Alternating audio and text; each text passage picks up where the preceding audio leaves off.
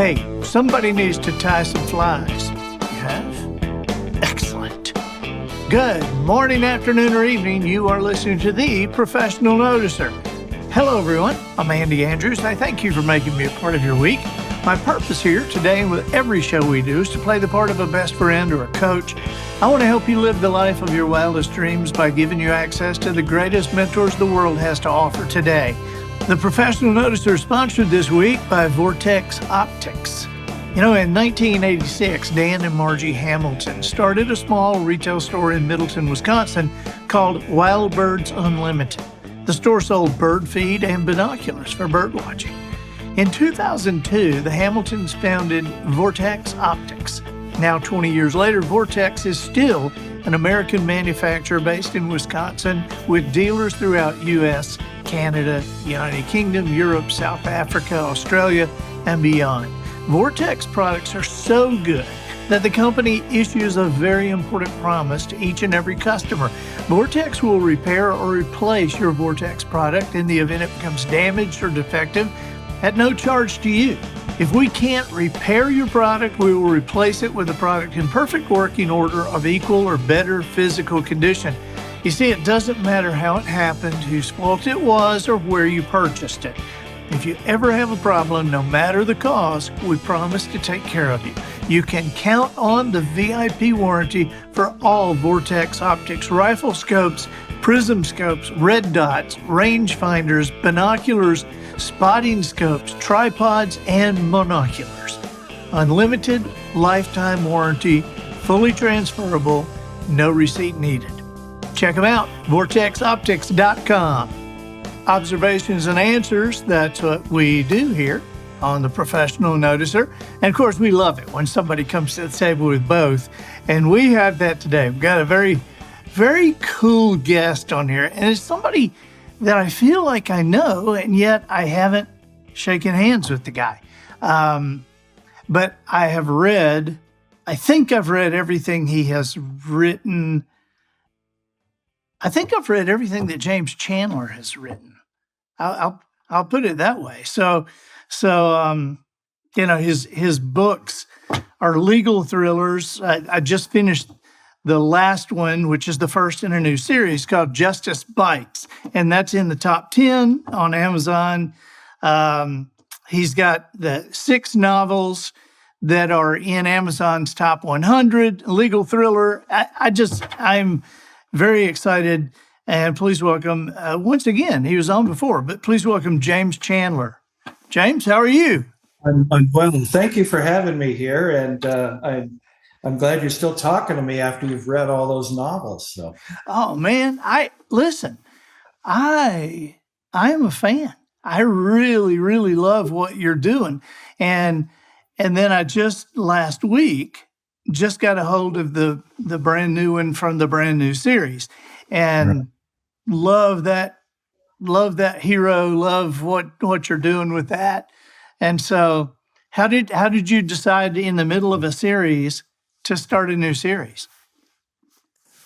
you know, my publisher came to me with the idea initially about doing some co-authoring with Laura Snyder, who is an attorney and an author out of Iowa. She writes for the same publisher I do, Severn River Publishing. And so it was his idea initially. And to be honest with you, I wasn't real excited about it because in my prior life in the military, I finished up in the Pentagon and I worked for the Secretary of Defense and I worked for the Army staff. And I've done those group writing projects where you got 10 hands on one page document, you know. Yeah. And so I wasn't real excited about it, but I didn't turn it off either. And so I said, well, let me talk with her. And I read a couple of her books. They're the only books I've read aside from my own fictional in the last 5 or 10 years. And I like the way she writes. And so that we talked over the phone, she and I did, and we sort of laid out what our expectations were and how we went about the writing process and decided to give it a try. And I'm darn glad I did. You know, one thing that I noticed in that and it's curious to hear you say that she is an attorney. I did not know that. Mm-hmm. but when I read that book, one of the things that hit me was I couldn't. A lot of times I can tell, okay, this is switching from one writer to another. I couldn't tell in Justice Bites, and I mean it's unclear, or it's just transparent who's doing the heavy lifting and who's doing the lifting at the moment. And so you guys obviously make a good team. I really think we do. And I think that it's fortuitous. I mean, she's a pantser. So she writes by the seat of her pants wherever the characters take her. Whereas I'm a plotter. I'm a very rigidly, very plotting person. So what we decided was she would write the first pass, and then I would come through and sort of add color and content and fill out the characters a little bit. And I think it works really well. And as I mentioned, I had read a couple of her books to get an idea on how she writes. And so I've tried to adopt her style insofar as I can. And it's so funny because, it couldn't work the other way around. We'd never. Her favorite part of writing a book is the first draft. My favorite part is the polishing and the word choice and just the sort of tightening up. I guess I'm a frustrated copy editor at heart.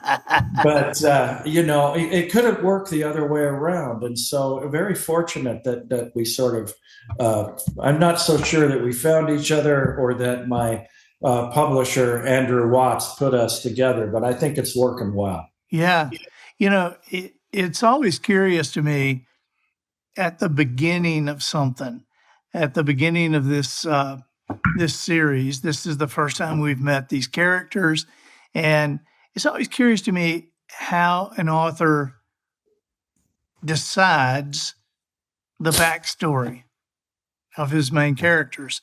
And so your main character is obviously he's an alcoholic, but he hadn't admitted it really yet. and that is causing some serious issues with his work, with his personal life, with everything. How did you guys settle on that? Well, Laura is the creative driver behind this, but she is in fact a practicing attorney. She's worked as both a prosecutor and as defense counsel in rural areas around Iowa. So I think that the initial, the idea of this troubled attorney probably comes as sort of a combination of people that she's known and worked with. And similarly, as a judge that's in a courtroom all day, every day, I see characters just like Allie Smith, the individual who the attorney ends up working with to resolve the troubles that they're undertaken. So, these characters are realistic. They are people who are operating in the criminal justice system every day, at least in Wyoming and Iowa. Yeah. And as you mentioned, you are a judge. What kind of cases do you sit in front of? I am in Wyoming, I'm a circuit court judge, which is the lower court trial. I'm the lower trial court judge. And so I see all criminal cases that come into this jurisdiction, but I have a jurisdiction over misdemeanors. The felonies, I simply see them, do the initial appearance, and if necessary, I'll conduct a preliminary hearing to ensure there's probable cause to believe a crime was committed and they committed it, and then those individuals are bound over to what we call the district court for further processing. I do civil cases up to $50,000. I also do orders of protection, stalking, domestic violence, sexual assault. So kind of a little bit of everything. But the main diet in my area is criminal cases, probably 60% of my caseload. Gotcha. Man, is there anybody else that is comparable to you bubbling up on Amazon's top 100 that has so many so many titles in that top 100. I mean, you are this emerging superstar, and and so it's very cool to see. I'm Is there gonna, any? I think there are a few. I'm drawing a blank on names right now, but there are probably, I think, 4 or 5 of us who aren't the Connollys or the Grishams or the that have a few titles there. But yeah, nobody's more surprised than I am. I remember after the first book was getting ready to launch. So it would have been sometime in October of 2020, probably.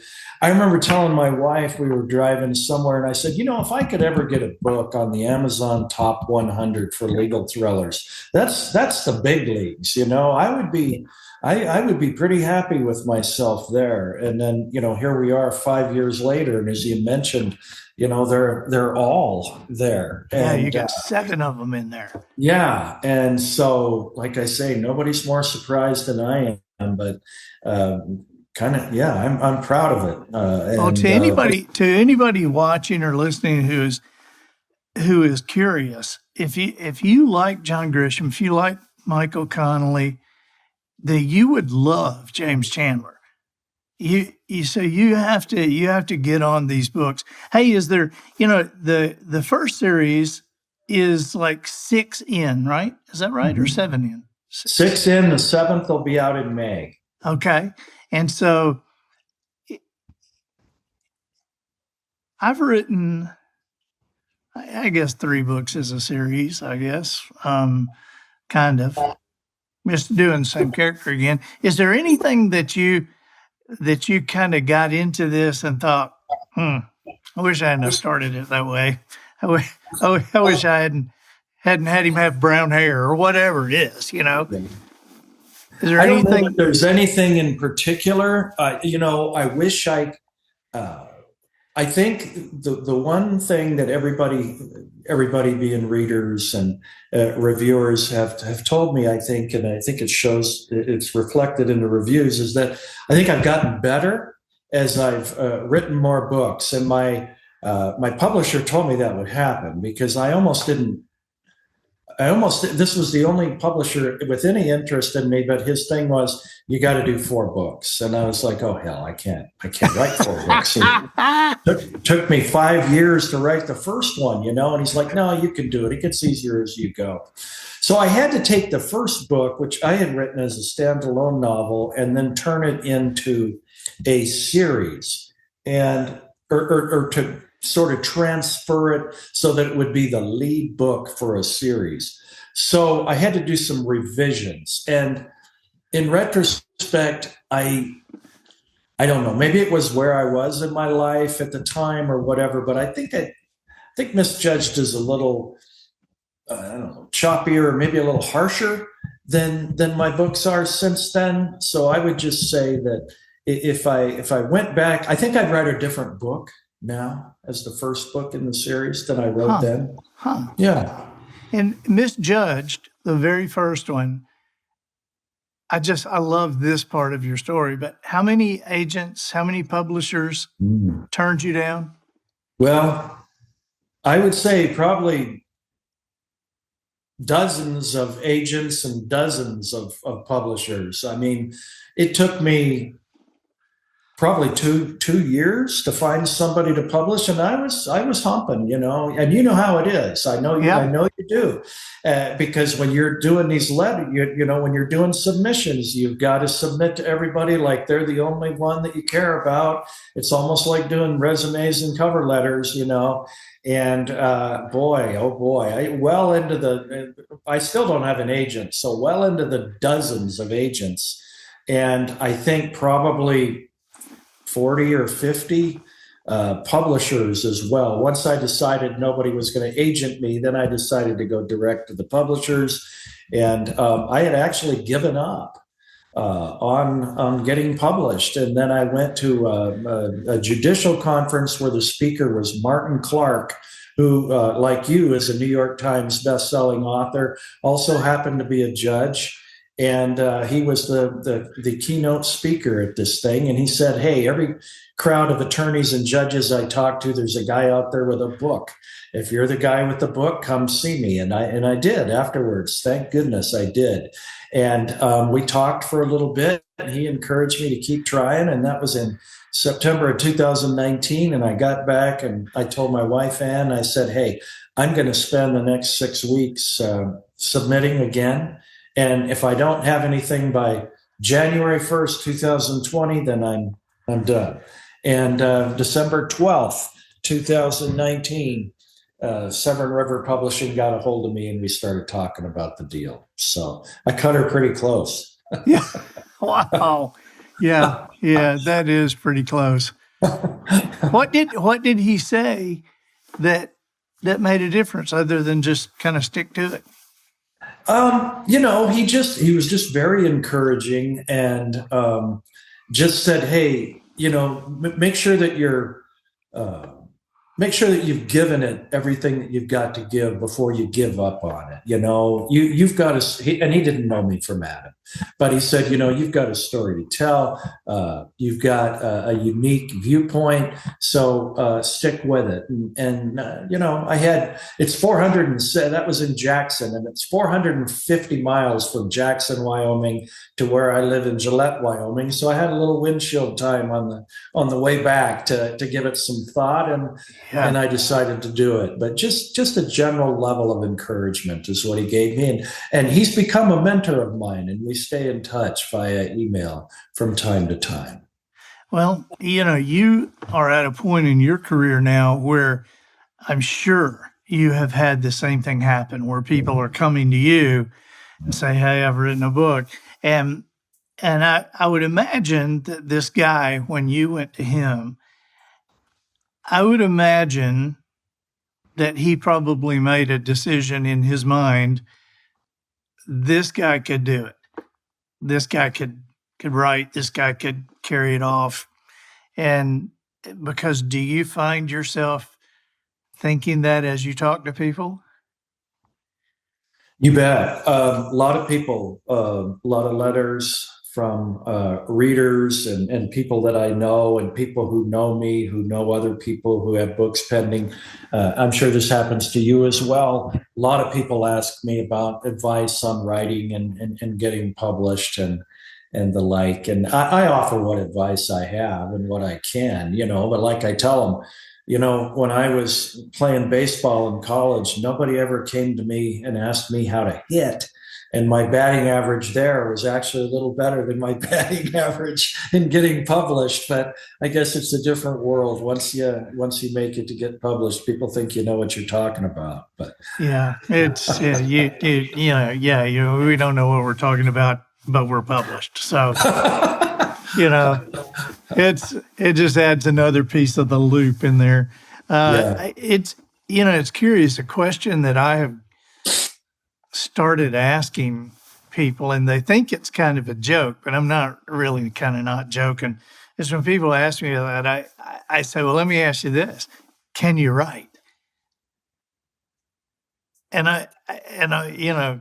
and they kind of go, "Oh," and I said, "Well, I'm not asking, do you know how to spell and do you know how to write sentences? I mean, can you write?"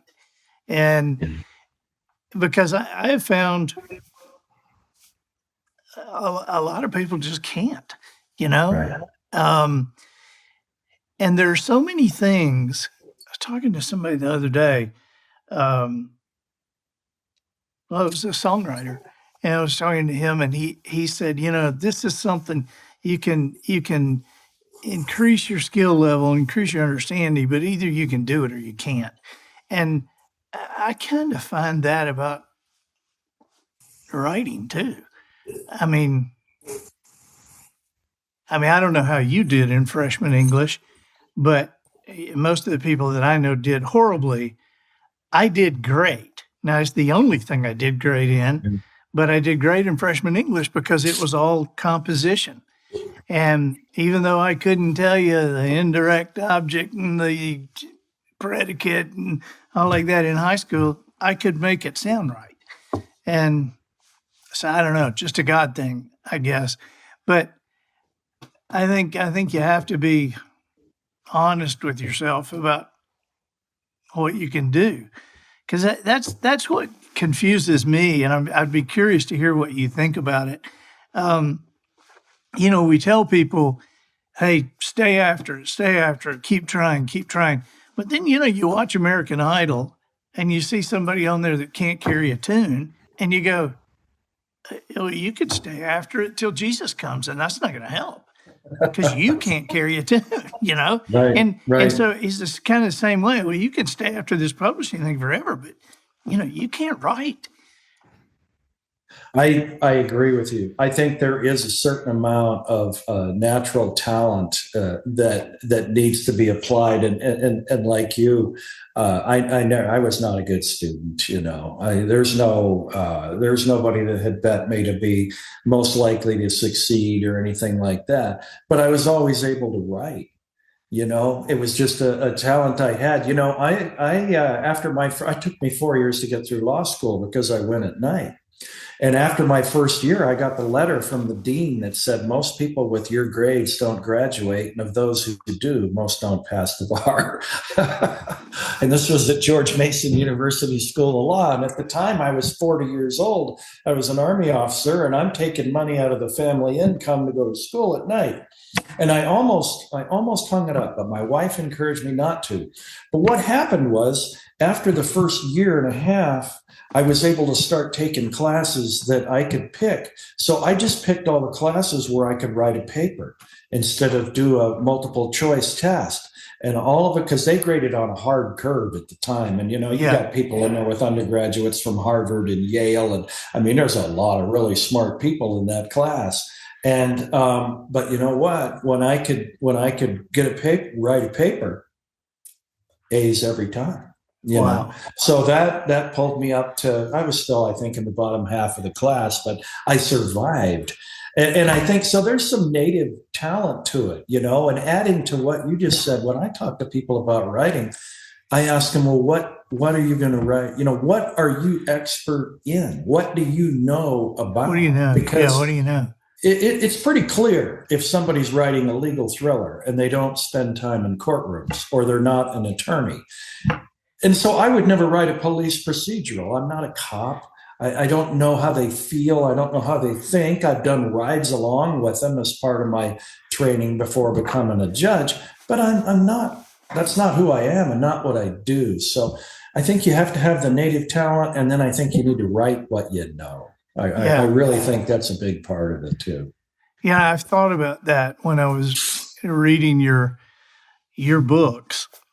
Or I think about that every time when I am reading your books. I think about how knowledgeable you obviously are about the law, because I guess maybe you could get some stuff by me, but probably there's a lot of attorneys reading what you do that you couldn't get by. It's just like, it's like my sons, the outdoor stuff.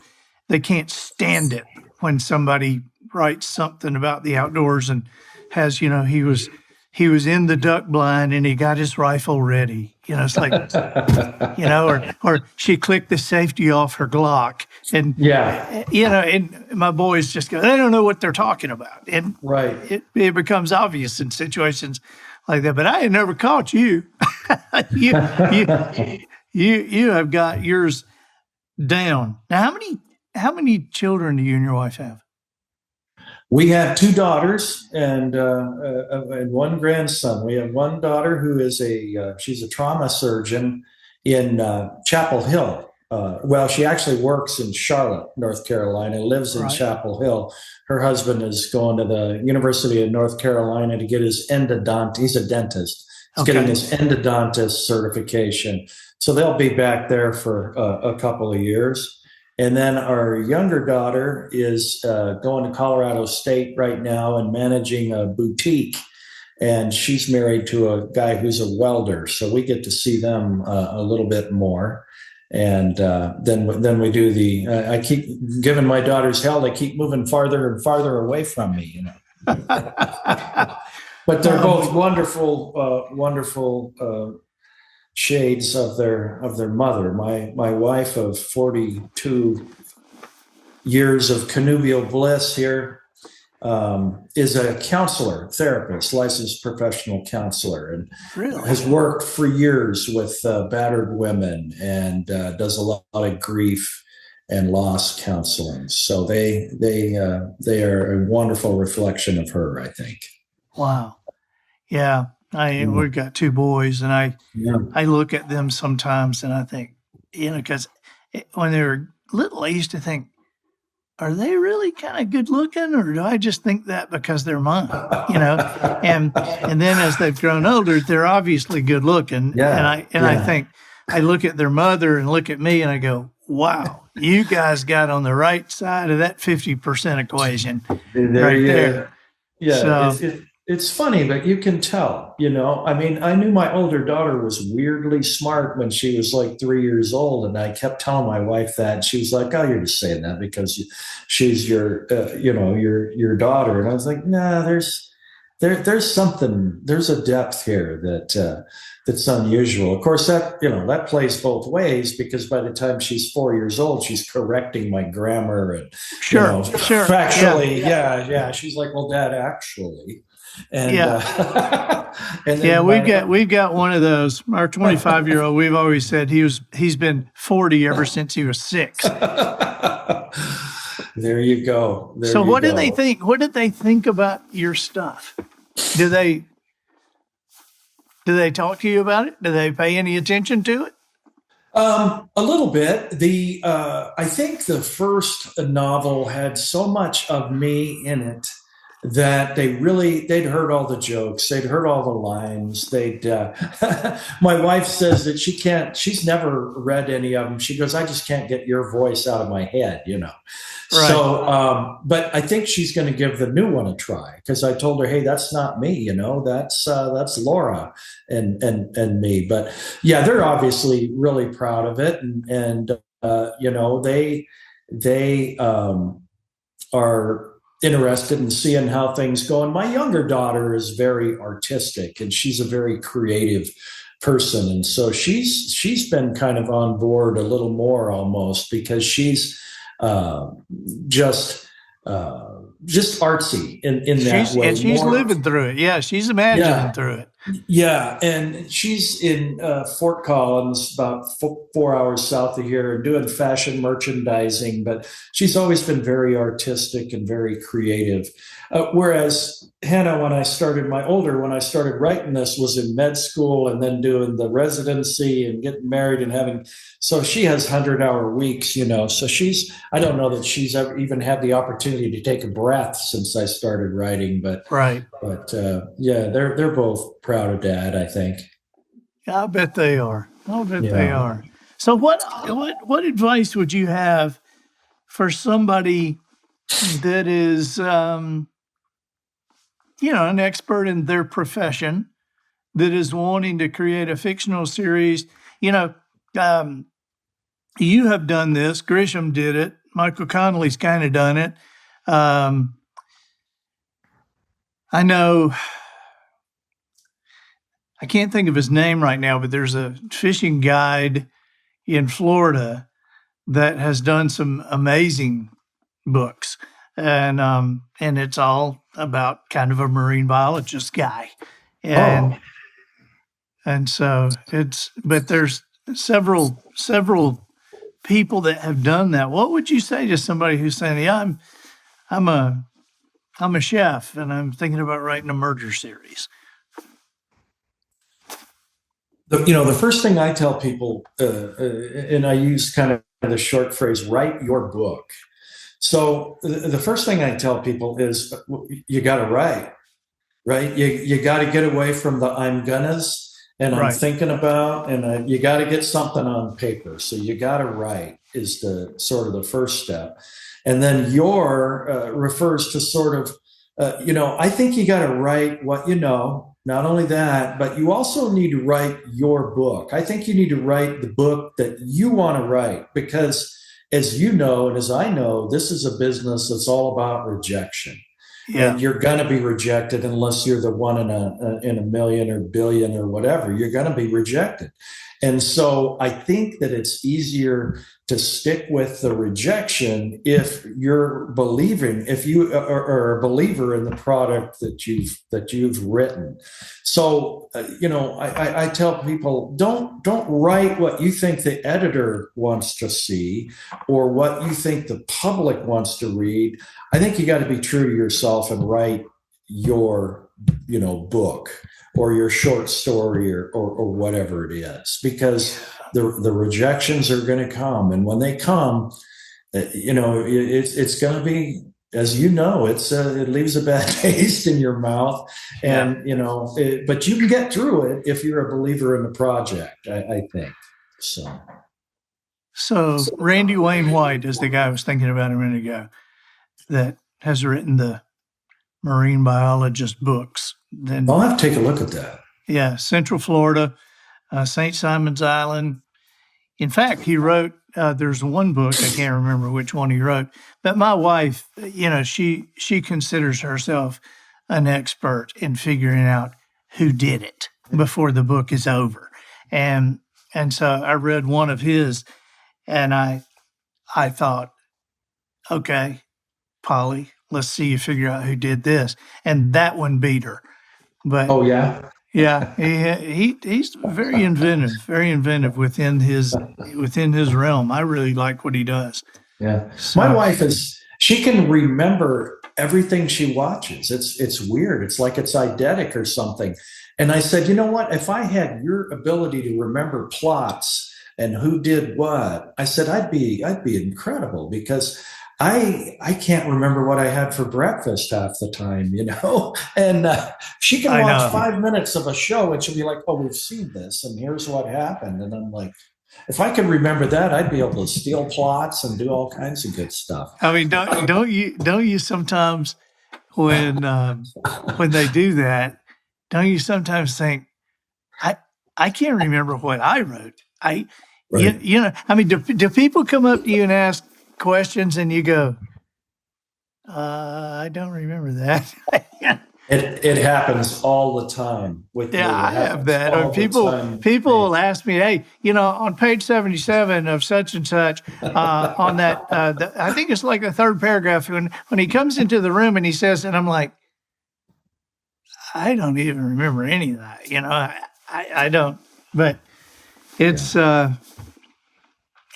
it's amazing what you have done, James. And I wanted to get you on here just to really encourage people to get behind you and get behind your work. And I just, I said it earlier, and I'm a fan. I'm a great admirer of what you do. I'm also, and before we go, let me just say this. I back and forth email and text you, and I kind of hear what you're doing.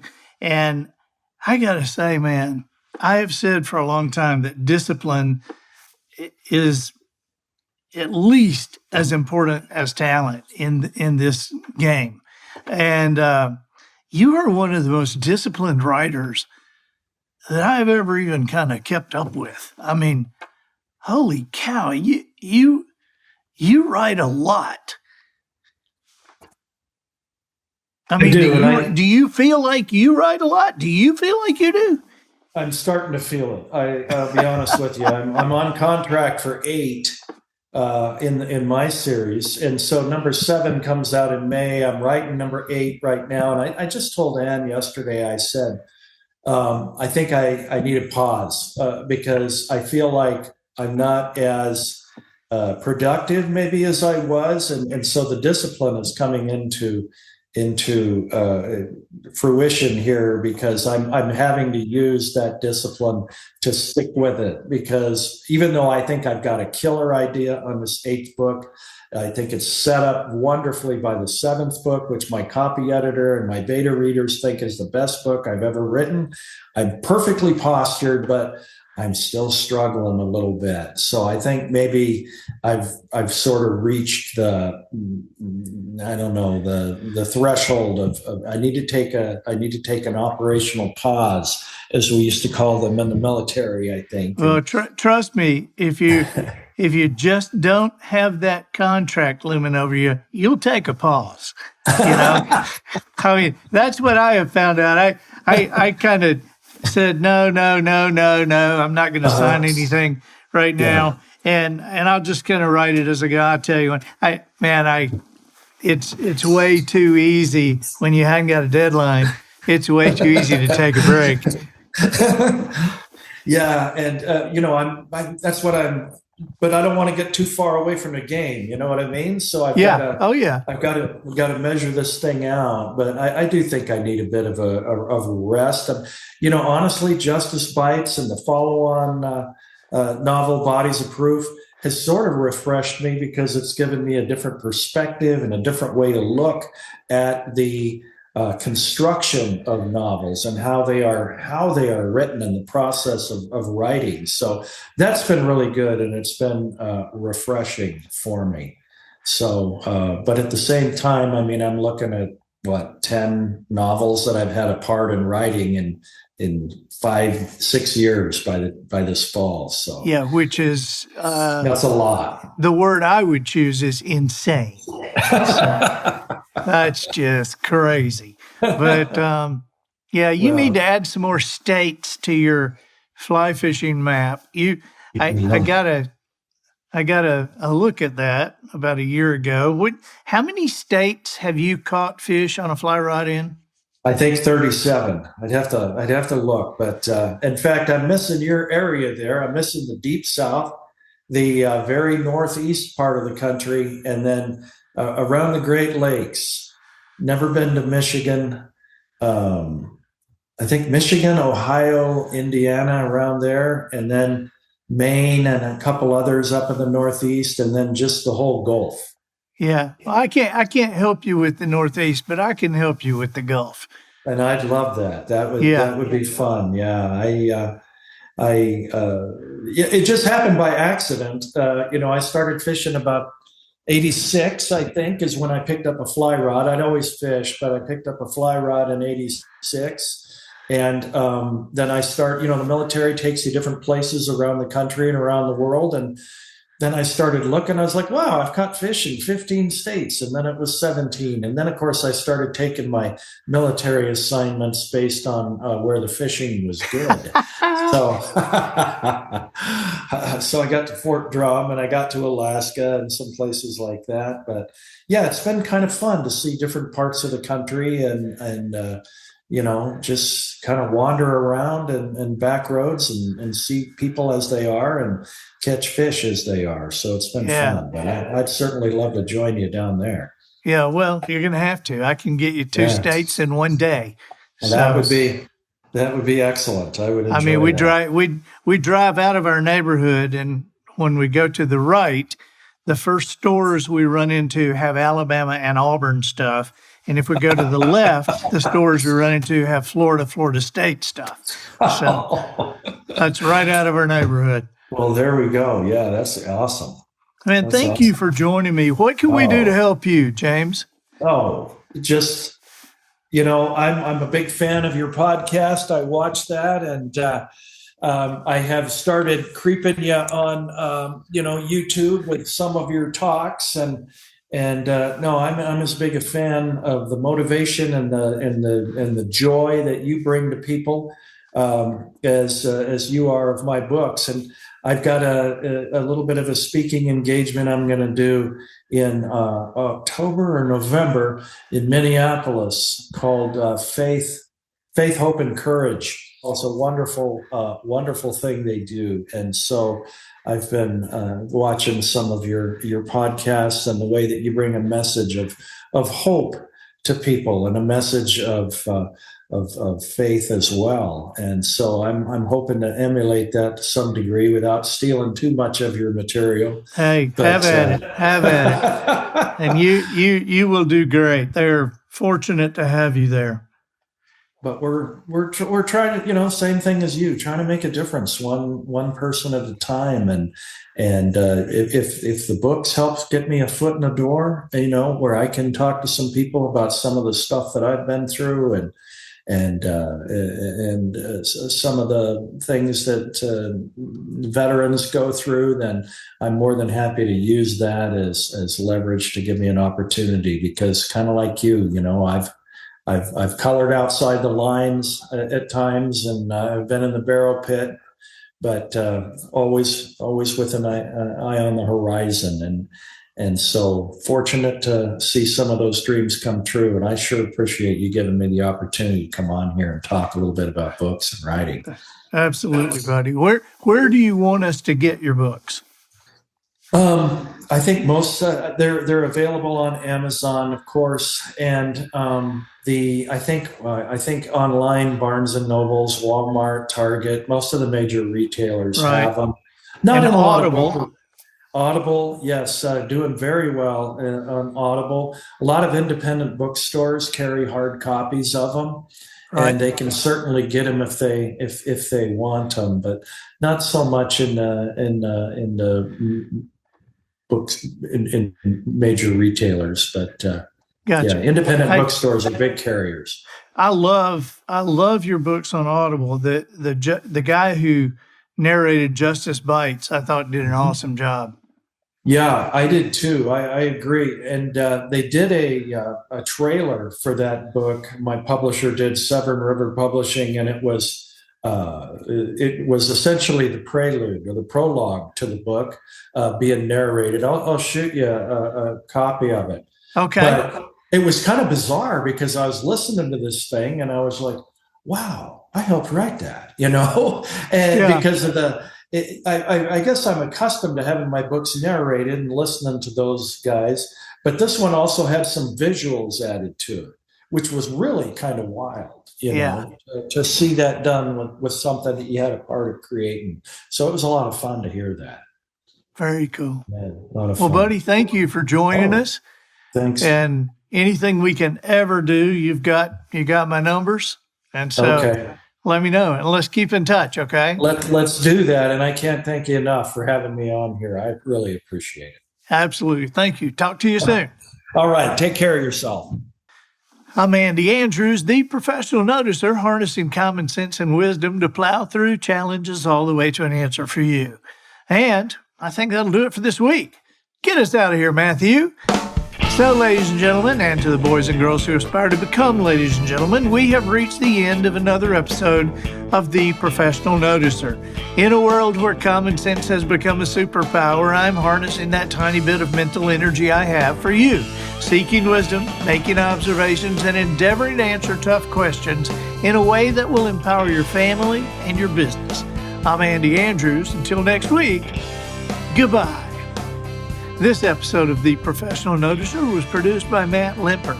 The Noticer theme written and performed by Sugarcane Jane. A dog and pony show for the cast and crew provided by Twinkle and Smoke of Beverly Hills. Additional financial consideration provided by WordOrigins.com.